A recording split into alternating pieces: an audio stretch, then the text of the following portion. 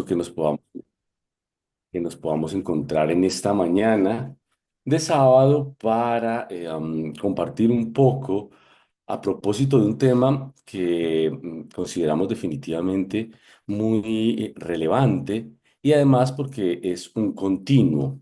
Quisiera no dejar de lado ese hecho y es que acabamos de pasar la Semana Santa y en la Semana Santa celebramos lo que en la fe cristiana entendemos como el centro de nuestra fe y es una palabrita que han utilizado desde las primeras comunidades cristianas, que es el querigma. Eso es lo que celebramos en en la Semana Santa.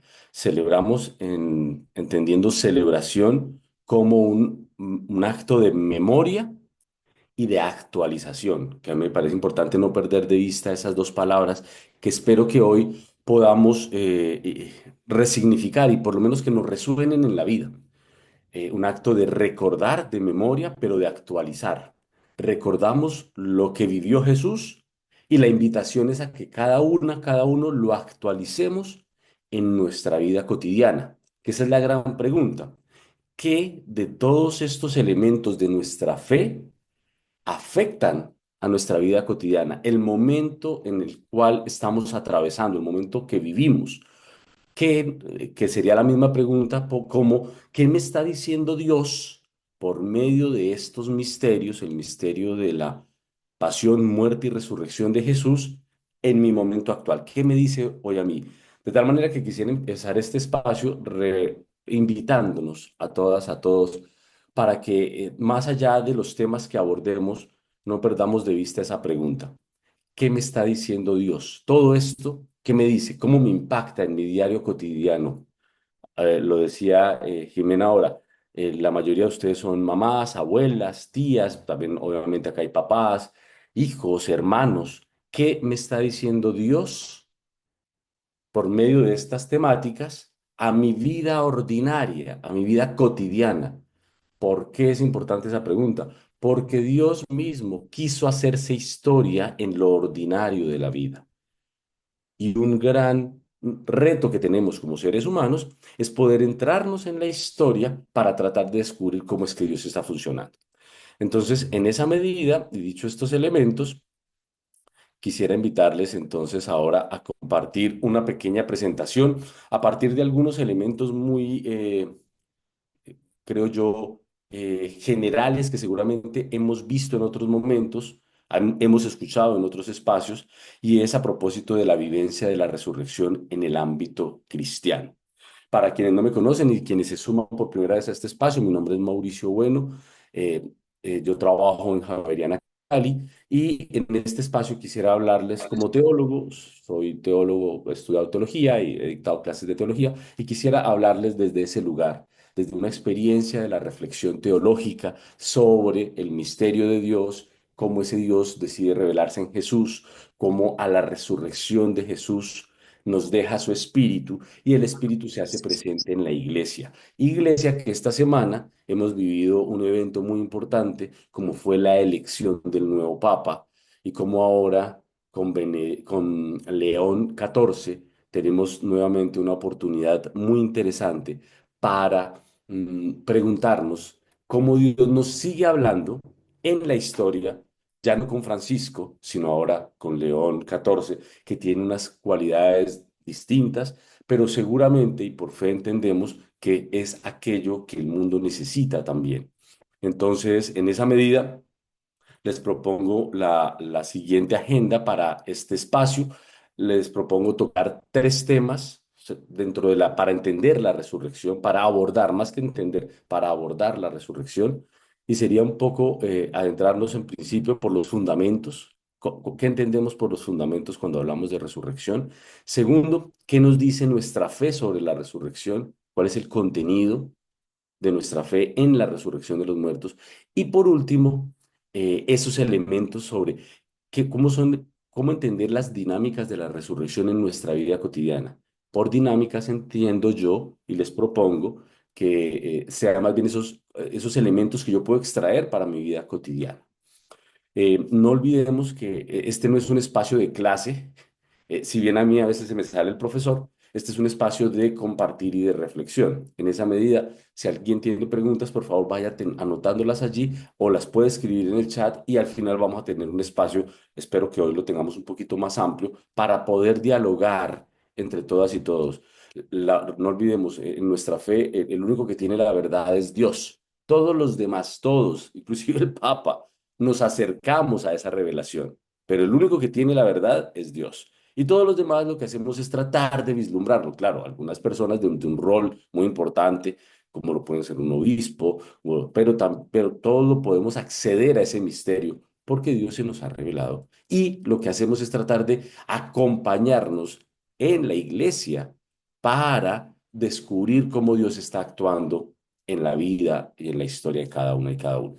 En este momento, entonces, fundamentos de la resurrección, primer punto, no olvidar esa triada, no la coloco ya acá para no molestarles mucho, pero no olvidemos que nuestra fe se fundamenta en tres elementos, tres pilares, toda nuestra fe, la fe cristiana católica, que es la escritura, la tradición y el magisterio. Es una mesa, es como una mesa nuestra fe y tiene tres patitas.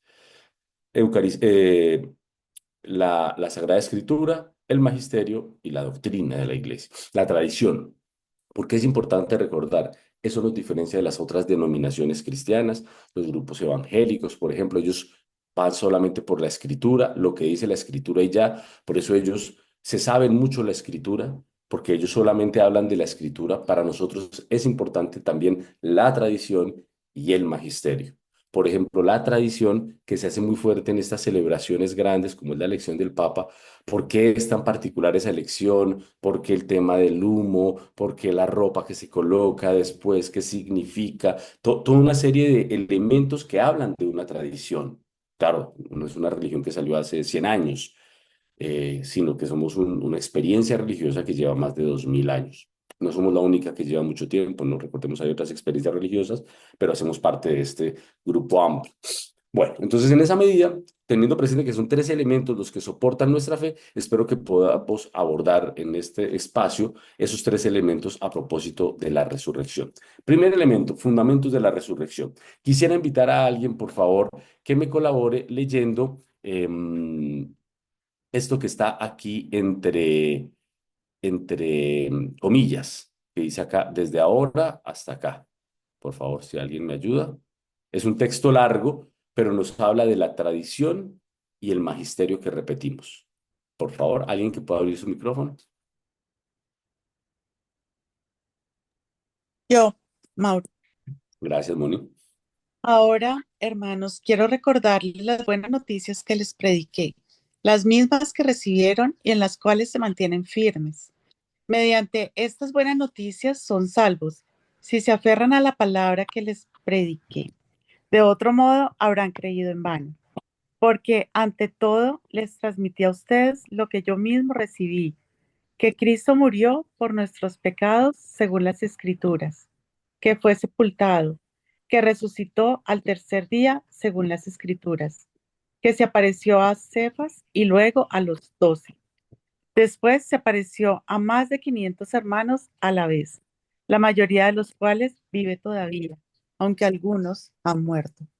Luego se apareció a Santiago, más tarde a todos los apóstoles y por último, como a uno nacido fuera de tiempo, se me apareció también a mí. Corintios 15, 1, 9. Estupendo, Mónica. Gracias. Miren, este es uno de los textos más antiguos que tenemos en la Sagrada Escritura que habla sobre la resurrección y nos recuerda qué es la resurrección. Y más allá de solamente la resurrección, nos habla del querigma, porque nos dice tres cosas. Primero, que Cristo murió, que fue sepultado y que resucitó. Esa palabra que yo sigo utilizando, querigma, es el contenido fundamental de nuestra fe. ¿En qué creemos los cristianos? En Cristo que padeció, murió, fue sepultado y resucitó de entre los muertos. Ese es el contenido fundante de nuestra fe. Recordemos el credo. A veces hoy en día tenemos muchos retos, ¿no? ¿En qué creen los cristianos? Y hay muchas películas y hay muchas cosas que han aparecido, Pero yo creo que en este espacio hemos repetido una y otra vez en qué creemos lo que dice el credo. Punto. Ahí está nuestra fe. ¿Qué dice de la resurrección? Dice muchos elementos que me parece interesantísimo, que va definitivamente a hablarnos en la vida ordinaria. Primero, habla de la fe. El texto empieza hablando de la fe. Quiero recordarle las buenas noticias. Acá aparece una traducción de buena noticia. La palabra en griego de buena noticia era evangelio, era el evangelio. Les predico el evangelio, que es la buena noticia. ¿Y cuál es la buena noticia?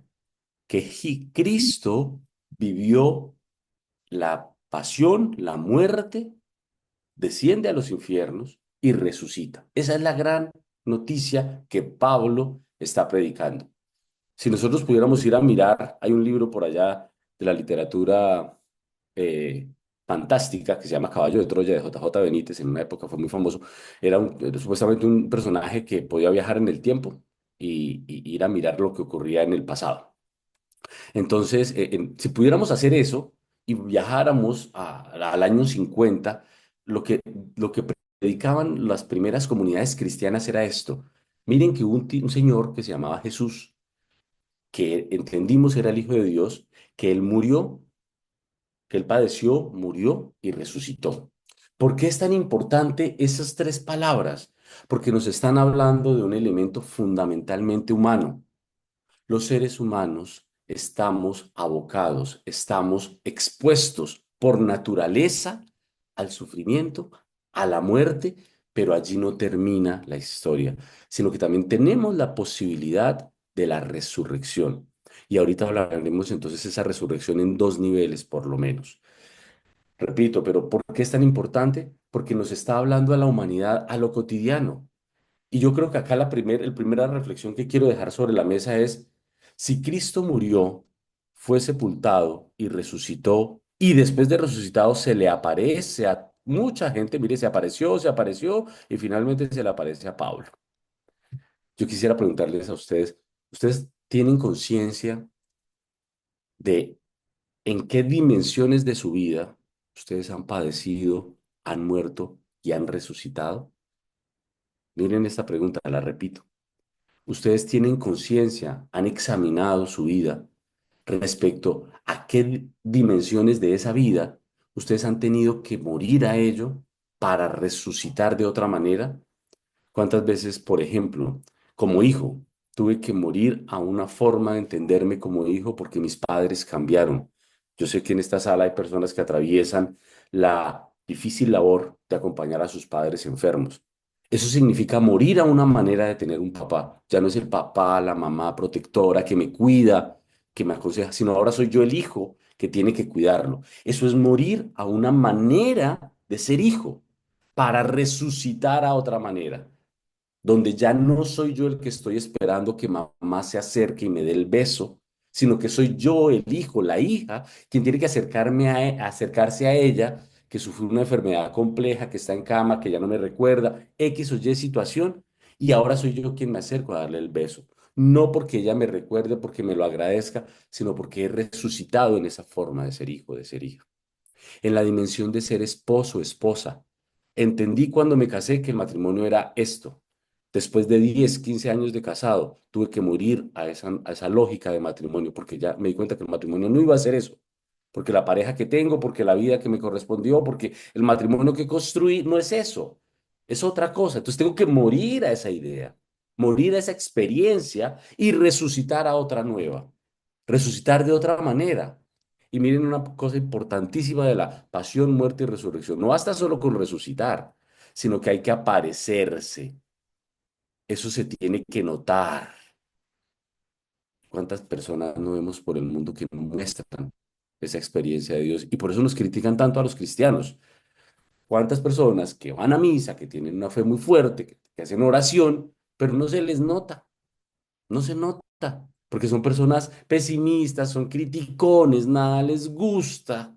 El resucitado se ve y una experiencia de resurrección es que eso se muestra a los demás y a las demás.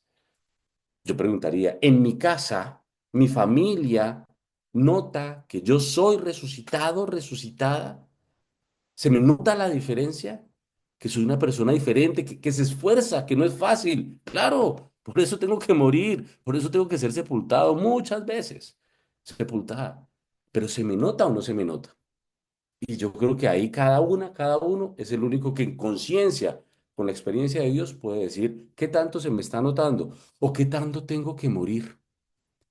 Quizá hoy es el día para reconocer que el Señor me está llamando a morir a ciertos elementos, a orgullos innecesarios, a recuerdos que me hacen daño y que me generan más que libertad, me generan ser preso, presa de odios, porque alguien me hizo algo en el pasado y yo no lo he podido perdonar. A veces quizá Dios me está diciendo que tengo que morir a eso, que no es fácil, que me dolió, claro que sí, pero ahí hay una invitación. La pregunta que hago y dejo planteada desde ya es, así como Cristo muere, es sepultado y resucita y luego se muestra a la comunidad, ¿en qué cosas de mi vida hoy siento el llamado para morir, para sepultar eso y resucitar de una manera distinta, para que los demás, yo mismo, me sienta distinto? Le pedimos cosas a Dios que a veces nosotros no queremos hacer. Segundo, ¿cuál es el contenido de esa fe en la resurrección? Cuatro elementos importantes. Cuando habla de contenido, Mauricio, ¿qué significa? Claro, ¿qué es lo que está dentro de la palabra resurrección? Y aquí cuatro ideas generales que me parecen relevantes poderlas plantear. Primero, la vida más allá de la muerte. Sí, nuestra fe nos indica que creemos en la vida después de la muerte. La muerte no tiene la última palabra. Y acá viene esta carta de Pedro. Bendito sea el Dios y Padre de nuestro Señor Jesucristo, quien por su grandísima misericordia, mediante la resurrección de Jesucristo entre los muertos, nos ha regenerado a una nueva esperanza, a una nueva vida, a una esperanza en la vida. ¿Qué significa esto? Significa que nosotros como cristianos no creemos en la reencarnación, no creemos que vamos a reencarnarnos una y otra vez. Hoy en día en la sociedad está muy de moda hablar del karma. Entonces, ay, eso es karma, eso es karma. El karma es una palabra que utiliza un poco algunos pensamientos, religiones de Oriente, donde habla que las personas tienen que hacer ciertas cosas para poder llegar a la plenitud y donde si no hacen eso, entonces vuelven a la vida, pero de otras maneras. Entonces, como otra persona o como una planta o como un animalito. No, nosotros no creemos en eso, no creemos en la reencarnación, no creemos en el karma, creemos en la resurrección. Y la resurrección es una sola. Usted vive, el día de nuestra muerte hay una transformación y nos vamos a la presencia del Padre. Punto. Se acabó la historia allí. O sea, se acabó ese continuo de historia. Esa es nuestra fe. ¿Cuál es un contenido de la palabra resurrección? Creemos en la vida más allá de la muerte. Por eso cuando un ser querido muere para nosotros, lo entendemos como que pasó. No, no es que se fue, es que se transformó y está de otra manera con nosotros. ¿Cómo está ahora? Está como Dios está. Es decir, ahora está con Dios Padre y desde allí nos acompaña. Segundo elemento de nuestra fe, transformación radical en Cristo resucitado. La transformación radical ocurre como, o bueno, nuestra fe nos indica que es ese paso que se da de un muerto al que Dios introduce en la vida eterna. Eso me parece muy importante no perderlo o de tenerlo allí presente. A Jesús lo resucita el Padre. Recordemos a Jesús en la cruz, ¿no? Las 7 palabras antes de la muerte de Jesús.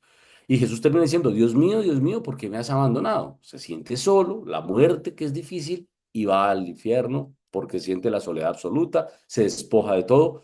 Pero a ese hombre que lo entregó todo, es Dios Padre quien lo resucita. Ahí está nuestra fe. Nuestra fe no está puesta en que si yo soy bueno, Dios me premia. No. La fe está puesta en que Dios, que es el bueno es Dios, es el justo, eso lo dijo Jesús. ¿Por qué me llamas maestro bueno? Si solo hay uno que es bueno y es Dios Padre. Él es el que nos va a resucitar. Continúa, y acá viene una pregunta interesante. ¿Qué significa esa transformación? Continúa la persona, pero se transforma su existencia llevándola a la plenitud. Esta palabra va a ser importante.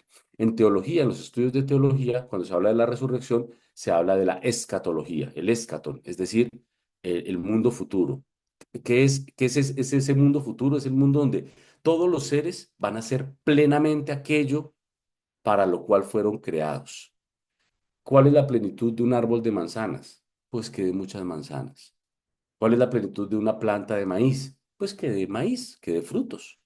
¿Cuál es la plenitud del ser humano? Que de esos frutos. ¿Y quién me puede llevar a la plenitud? Mi experiencia de Dios. Pero no es una experiencia donde yo solamente le digo, Dios, venga y hágame el milagro. Es una experiencia donde yo le pregunto a Dios cómo es que yo tengo que hacer el milagro. Dios me muestra el camino, pero yo lo tengo que transitar. Dios Padre le mostró a Jesús que el camino para la plenitud era pasar por esta cruz.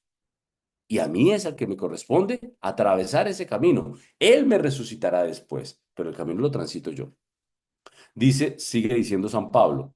Alguno preguntará, ¿y cómo resucitan los muertos? Pregunta común en nuestro mundo cotidiano. ¿Y cómo es esa resurrección? Preguntan a veces los jóvenes. Alguien que por favor pueda abrir su micrófono y seguir la lectura que aparece acá, por favor.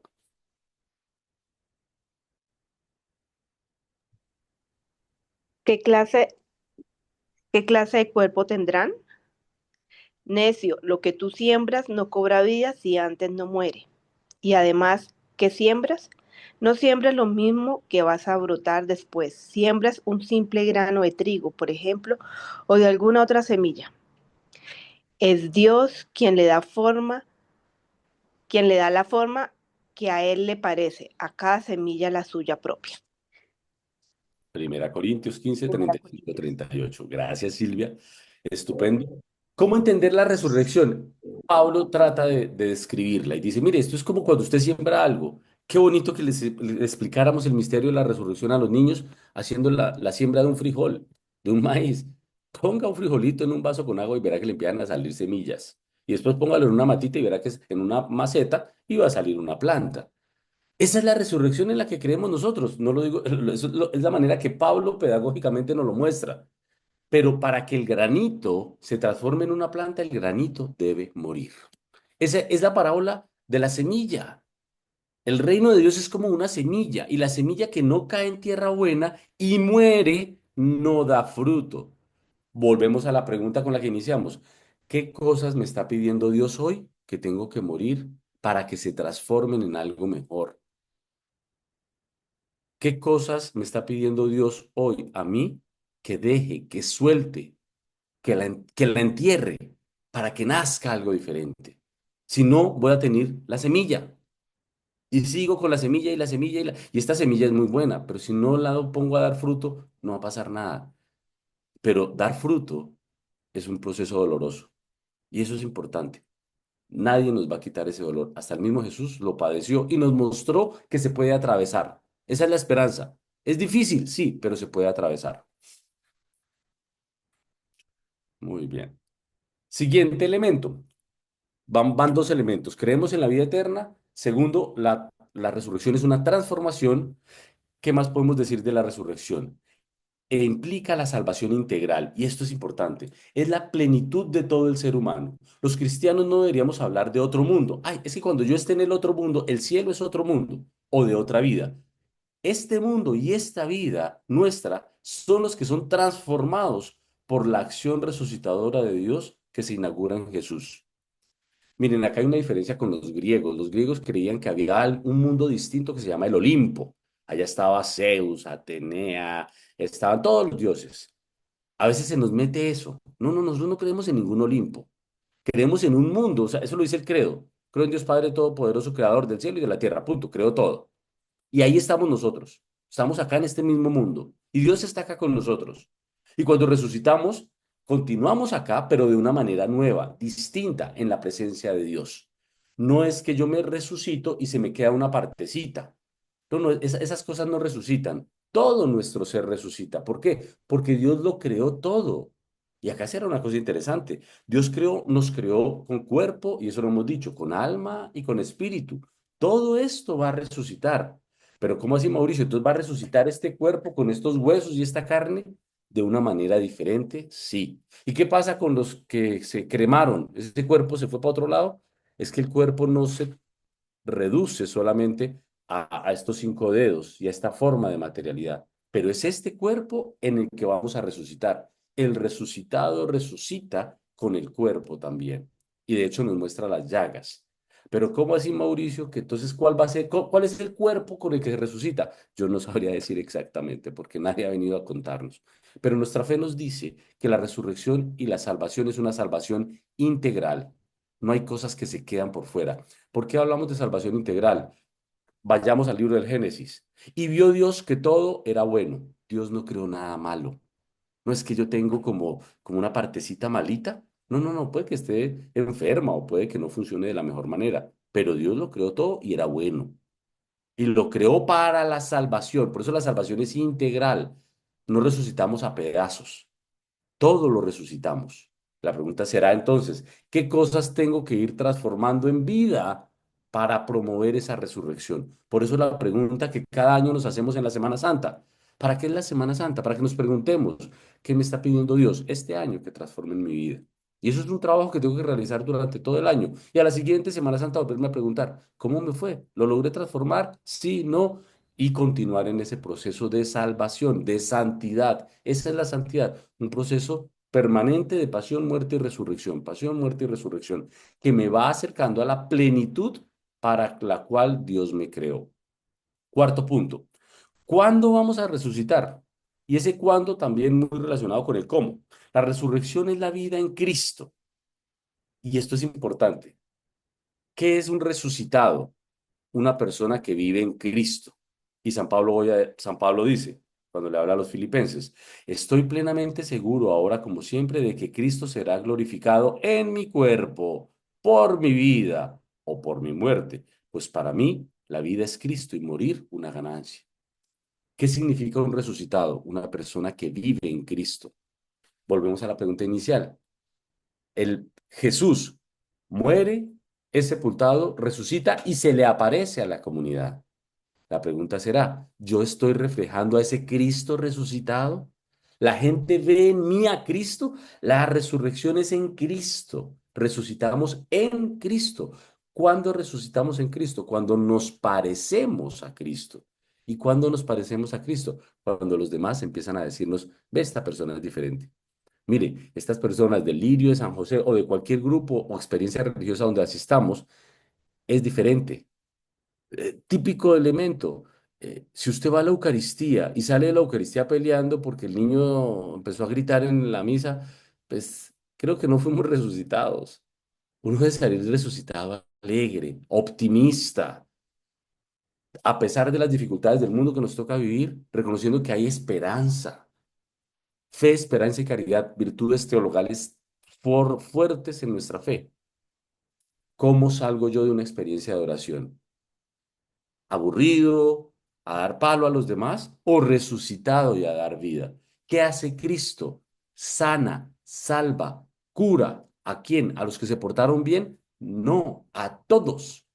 Salgo de la Eucaristía y de la oración, ¿a qué? A sanar, a curar, a dar alegría. ¿A quiénes? ¿A los que se portaron bien? No, a todas y a todos. Continuemos un paso más. Y este ya es el punto un poco más pragmático, ¿no? Ok, si esos cuatro son esos pilares de nuestra fe que nos ayudan a entender un poco la resurrección, ¿cómo podemos ver eso en la vida cotidiana del cristiano? ¿Qué dinámicas nos pueden interpelar? Primero, no olvidar que el fundamento, como lo dijo San Pablo en el primer texto de los Corintios, es la fe en Cristo. Fe radical en el Dios de Jesucristo. Miren que yo utilizo esa palabra, no es mía, solo se lo leí con mucha fuerza a un teólogo jesuita que ya murió hace mucho tiempo, Karl Rahner. Dice, es que a veces la gente piensa que cree en Dios, pero hay muchos dioses. Había un jesuita en Colombia, Julito Jiménez, que él decía, hay falsos dioses. Hay gente que cree en Dios, pero eso es un Dios muy amañado, ¿no? Muy a su imagen y semejanza. No el hombre a imagen y semejanza de Dios, sino una imagen de Dios muy a la imagen y semejanza de la persona. A veces unos dioses muy justicieros, unos dioses muy bomberos. Un Dios justiciero, ¿cuál es? Ese que le meten miedo a los niños, ¿no? No haga nada porque Dios lo está viendo todo y se pone mal y se molesta contigo, como si Dios estuviera detrás de uno mirando a ver cuándo la embarra. Hay otros que creen en un Dios bombero, ¿no? O sea, cuando estoy mal en incendio, Dios viene, me apaga el incendio y se pierde otra vez. Y qué sé yo, hay muchas figuras de Dios que creo que son imágenes erradas. Lo primero que nos recuerda San Pablo es, ¿en cuál Dios creemos? En el Dios de Jesucristo. el Dios Padre de Jesús. Jesús todo el tiempo está hablando, vengo a hablarles en el nombre de mi Padre, lo que mi Padre me dice. El que me ve a mí, ve al Padre. Esa es nuestra experiencia de fe, está puesta en Jesús y la experiencia que Jesús nos muestra de Dios Padre. Entonces, si nosotros estamos invitados a ser como Jesús, pues tenemos que fijarnos también cómo era la relación de Jesús con el Dios Padre para nosotros encarnar esa relación. Nuestra fe está puesta en el Dios de Jesucristo. La fe no está puesta en razones, está puesta en una persona. ¿Qué me parece relevante de este punto? Una pregunta sencilla. Cuando tú hablas de Dios, ¿hablas porque lo has experimentado o porque te lo han dicho, has escuchado de él? Trato de enmarcar esa diferencia. Una cosa es hablar de algo porque alguien me contó. Otra cosa es hablar de algo porque yo lo experimenté. No es lo mismo decir, la pizza es rica. ¿Usted ha comido pizza? No, pero me han dicho que es rica. No, no es lo mismo. A que yo fui, me comí un pedazo de pizza en la calle y digo, oiga, eso es rico. Me gusta la masa esa con tomate y las cositas que le echan. Es diferente. La primera pregunta que yo haría es, ¿usted ha experimentado a Dios? Cuando le hablamos a los demás, cuando hablamos a otras personas de Dios, ¿lo hablamos desde lo que nos dijeron o desde lo que yo he experimentado? ¿Usted se ha experimentado perdonada por Dios? Yo puedo decir, a veces con orgullo y a veces con un dolor grandísimo, yo digo, sí, yo me he sentido perdonado por Dios, porque he metido la pata feo. Y Dios me ha perdonado. Y a veces no entiendo por qué, pero yo siento que Dios me perdona. Y hablo desde ahí. ¿Tú lo has sentido? ¿Qué has sentido tú de Dios? ¿Dios te ha acompañado a morir y a resucitar o todavía no? Si todavía no ha pasado, buenísimo. Lo primero que uno puede hacer es tomar conciencia y promover esa experiencia. Si sí lo he experimentado, venga, entonces, ¿cómo es que Dios ha acontecido en mi vida? Ese es el primer elemento que nos plantea la resurrección. De la resurrección no hablamos de lo que otro pasó. Es que alguien me dijo que ocurrió. Eso se llama chisme. Alguien dijo que había dicho que dijeron. Otra cosa es no, yo lo viví, yo lo experimenté. La fe es una experiencia. Si no la he tenido, estamos a tiempo para buscarla. Segundo elemento, a la luz de la resurrección de Jesús, acá viene una apuesta muy profunda y es amor a la vida. La vida es más que lo que experimentamos y esto es interesante. La vida no solamente es estar respirando y moviéndome. La vida es el sentido que yo le doy a la existencia. Hay personas que han entregado su vida y han llegado gracias a eso a la plenitud. Entregando su propia existencia, dan plenitud. Y yo quiero acá poner ese ejemplo hermoso que son muchas de ustedes. Ustedes que son mamás, yo digo, no hay nada más cercano a esa experiencia de dar vida que lo que ustedes hacen, mamás. Ustedes mueren en el parto, pero mueren para dar vida y se transforman. No es la misma una mujer que da a luz a la que sale después de haber dado a luz. Transforma algo, algo cambia. Muchísimas cosas cambian. Y eso es lo que pasa en la resurrección. Esa es la forma de dar vida. Pero la vida no solamente es respirar, es el sentido que le doy a mi existencia. Hay algunas que vivimos por la vida, pasamos por la vida arrastrando la vida. O sea, hay algunos que vivimos y hay momentos donde uno como que la vida lo lleva. Uno como que se subió al tren y la vida lo lleva. Hay otros momentos en que no, estamos conduciendo el tren. Yo creo que acá hay un llamado importantísimo en la resurrección a no permitir que la vida nos viva, sino a ser nosotros los agentes de la vida. ¿Qué quiero yo con esta existencia? Y aquí hay que estar muy atentos porque el mundo nos propone cosas para vivir esta vida. ¿Qué es lo que tú tienes que hacer para vivir la vida? Ser exitoso, viajar, tener cosas, ir a restaurantes, tomarle foto a todo lo que se come antes de que lo coma, hacer una cantidad de cosas. Y uno dice, ¿eso realmente es lo que da sentido a la vida? La experiencia de Jesús es más puesta en el servicio. Dice, no hay más alegría en dar que en recibir. Entonces, quizá es otra lógica de la vida, pero sí hay una centralidad en la vida misma. Amor a la vida es más de lo que experimentamos, la vida es el sentido.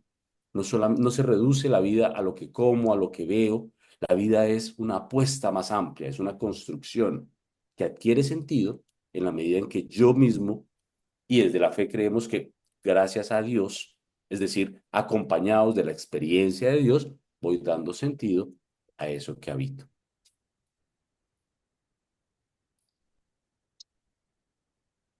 Tercer elemento de una dinámica de la resurrección, una nueva actitud ante el morir.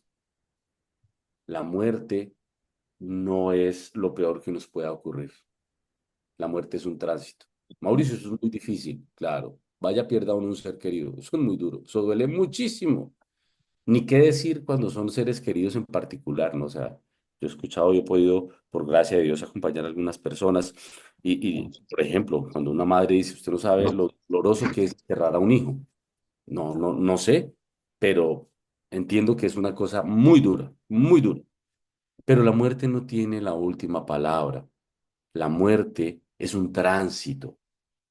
La muerte es un paso.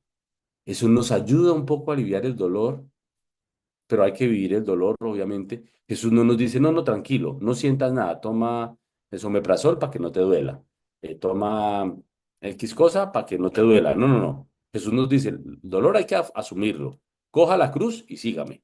Y si te duele, pues nada, te duele. Y esperas y tramitas el dolor, porque lo que no se tramita no se integra.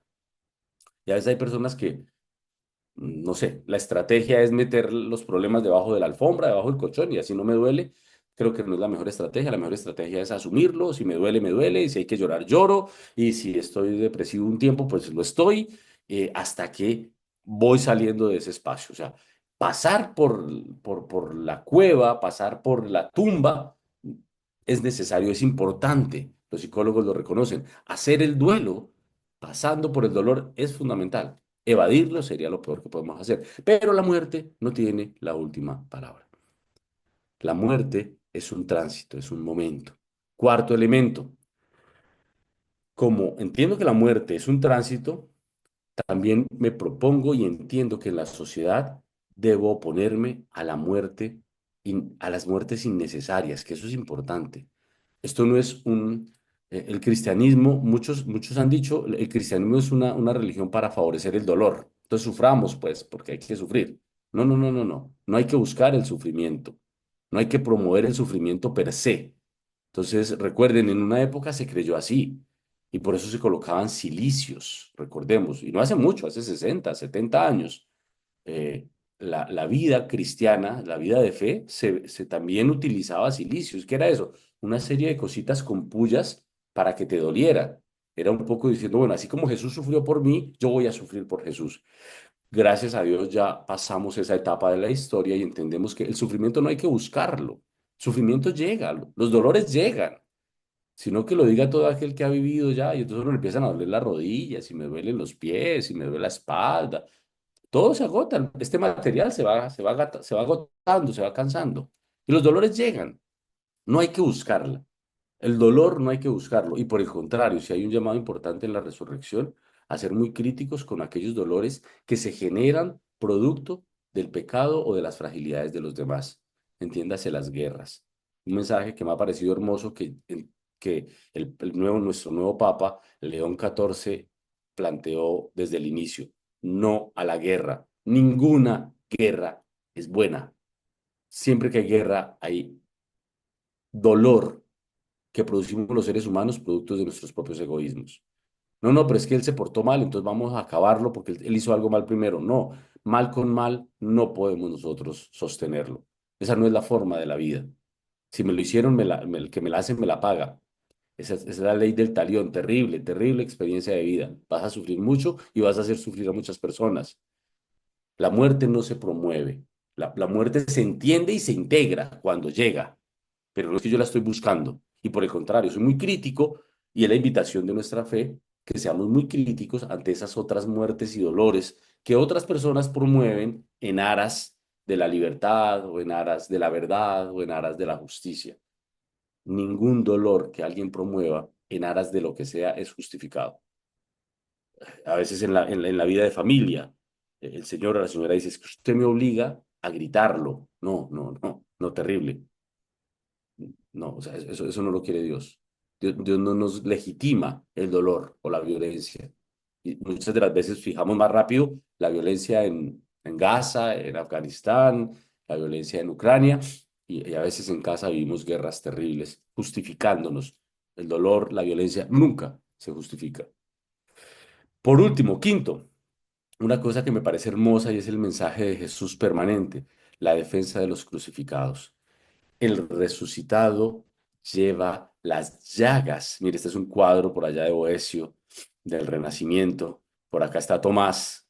Espero que ustedes lo puedan ver. Yo sé que algunos están en celulares y no se ve porque está muy chiquito, pero Tomás metiendo el dedo en la llaga de Jesús. ¿Qué me parece interesante? O sea, no solamente a mí, nuestra fe nos recuerda. El resucitado resucita con las llagas. Es decir, el dolor si pasó y después de haber atravesado el dolor, nos van a quedar heridas, nos van a quedar cicatrices. Y está bien que tengamos cicatrices.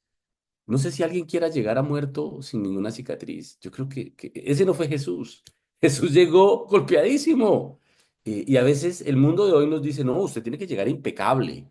Entonces, estíreje las arrugas, échese no sé qué cosas, para que quede regio. O sea, que uno que hay, y hay personas que dicen, ay, tan bonita esa persona, murió y quedó muy bonita ahí en el ataúd. Yo creo que la vida humana no es para quedar bonito al final. No, no, no. Jesús no quedó bonito en una cruz. Cuando lo bajaron fue un tipo cascadísimo, golpeado, sangriento, muy mal. Y la vida es para eso, para desgastarse en la vida. El granito que cae en tierra no queda bonito, se destruye ese granito para que salgan las raíces y salga una planta. La vida, creo que hay más sentido en eso de soltarlo, darlo todo, no fijarnos tanto en la apariencia. El mundo de hoy es muy de apariencias. Está bien, la vanidad es linda, está bien, sí, la belleza es buena, sí, claro, pero a veces se vuelve el criterio de vida. El criterio de vida que nos propone Jesús es el entregarse, el donarse, el llegar hasta el último de los días agotado, deshilachado, como esa camisa que uno tiene hace mucho tiempo que ya está roída, así, no como el smoking que me puse una vez solamente en la vida y está guardado con naftalina en el closet. No, no, no, ese no es. Es la camiseta, es la camisa que está ya raída, esa que se ha desgastado, pero es cómoda, es una delicia ponerme la camiseta, porque es cómoda. Esa es la vida que nos propone Jesús. ¿Que tiene roticos? Claro que tenemos roticos. Todos tenemos cicatrices, nacemos con... La primera cicatriz es cuando nos sacan de la barriga de la mamá. Ahí en el ombligo, tome, eso es una cicatriz. Y de ahí para adelante nos ganamos muchas cicatrices. Jesús también se ganó esas cicatrices. Y por eso hay una defensa, no solamente de las cicatrices personales, sino también las de los demás. ¿Cómo vamos a ayudar a tantas personas que viven cicatrices en nuestro mundo? Y no estoy pensando solamente allá afuera, acá en Colombia, en nuestras ciudades, en nuestro barrio, en nuestras familias. ¿Cuántas heridas hay ahí? ¿Qué podemos hacer nosotros para ayudar a esos otros a que también resuciten? A que sanen esas heridas, no a taparlas, a que las sanen, las asuman, las integren y después salgan como el resucitado a mostrarse a los demás. En resumen, invito por favor a alguien que pueda leer este parrafito muy sencillo.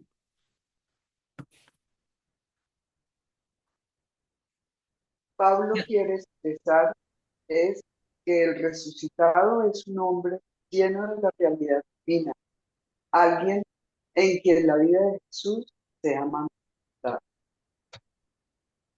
Segunda de Colosenses 4:10. Perdón, segunda de Corintios. Me equivoqué allí. Gracias, Cecilia. Entonces, ¿qué es lo que Pablo y nuestra fe nos indica sobre el resucitado? ¿Qué es el resucitado? Una persona en quien la vida de Jesús se manifiesta. Y en este día, en esta mañana, la invitación es, seamos resucitados, resucitadas. La pregunta sería, ¿cómo puedo ser resucitado en mi familia, en mi trabajo, en mi vida? Nadie da de lo que no tiene. ¿Dónde primero debo resucitar? En mi vida, conmigo mismo, conmigo misma. ¿Me siento resucitada o me falta un poquito? A todos nos falta, obvio, pero ¿cómo me pongo a la tarea de ser resucitado en mí para empezar a irradiarlo a los demás? El resucitado no es una experiencia de encierro, es una experiencia de salida. Por eso me pareció interesante esta imagen. Este es un resucitado, alguien que sale de sus propios dolores, de sus propias dificultades, de sus propias heridas. Sale de ahí a mostrarle al mundo que a pesar de todo, la vida en Dios tiene la última palabra. Pero eso solo se hace cuando lo he experimentado. Si no lo he vivido aún, eso es lo que puedo pedirle a Dios. Quizás no tengo que dejar de pedirle tantas cosas a Dios. Dios ayude a mi hijo, Dios que me llegue, Dios que me dé. A veces pedimos cositas muy chiquitas, muy pequeñitas, ¿no? Ay, que Dios me regale un viajecito a Cartagena. Pues bueno, pongámoslo más lejos, ¿no? Que Dios me regale un viajecito a Grecia. Ay, pues qué rico. Pues sí, ir a Grecia está bonito y tomarse una foto por allá está bien. Pero quizás no sea más importante, venga, Señor, ayúdame a salir de mi propio querer e interés, de mi egoísmo que me mantiene allá encerrado o encerrada, de mis envidias, de mis egoísmos, de mis odios, de mi orgullo que me tiene allá encerrado y que a veces puedo ir a Grecia y no lo disfruto porque estoy pendiente de otras cosas que me ayude a salir de mi propio querer, que me impide ver que quizá no tengo que ir al restaurante más caro de la ciudad, sino comerme una guapanela con una almojábana delicioso en la casa con los seres que amo, y eso es una cosa hermosa y grande. Y no tenía que ir al restaurante más caro, que de Día de la Madre quizá es eso, y que yo lo puedo construir y que las celebraciones quizá tienen que dejar de ser tan pomposas hacia afuera y tener más de esto, tener más heridas, sí, mostrar las heridas y a veces ser capaces de reconocer y decir me equivoqué. Ninguno somos perfectos.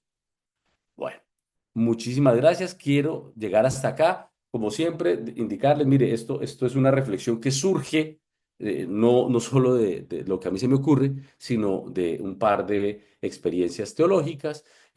José Pagola, un teólogo del siglo XXI, y John Galvin, un poquito más antiguo, pero que nos hace una reflexión importante sobre propiamente cómo entendemos y cómo podemos ir viviendo nuestra experiencia de fe. Ahora,